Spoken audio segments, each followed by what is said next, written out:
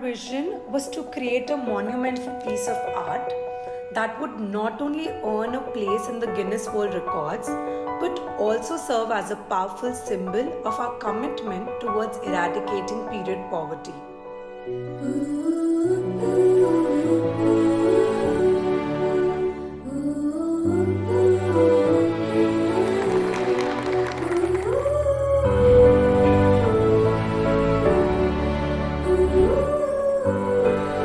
Seeing the mosaic take shape minute by minute was incredibly rewarding, and a culmination of our efforts in breaking the world record was a moment of pure joy and pride for everyone involved.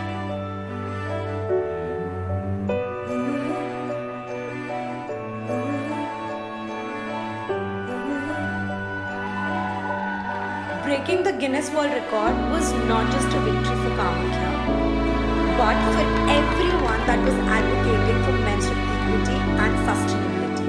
This achievement stands as a testament to what can be accomplished when a community comes together with a shared vision and mission. There is no future without Guinness World Records title.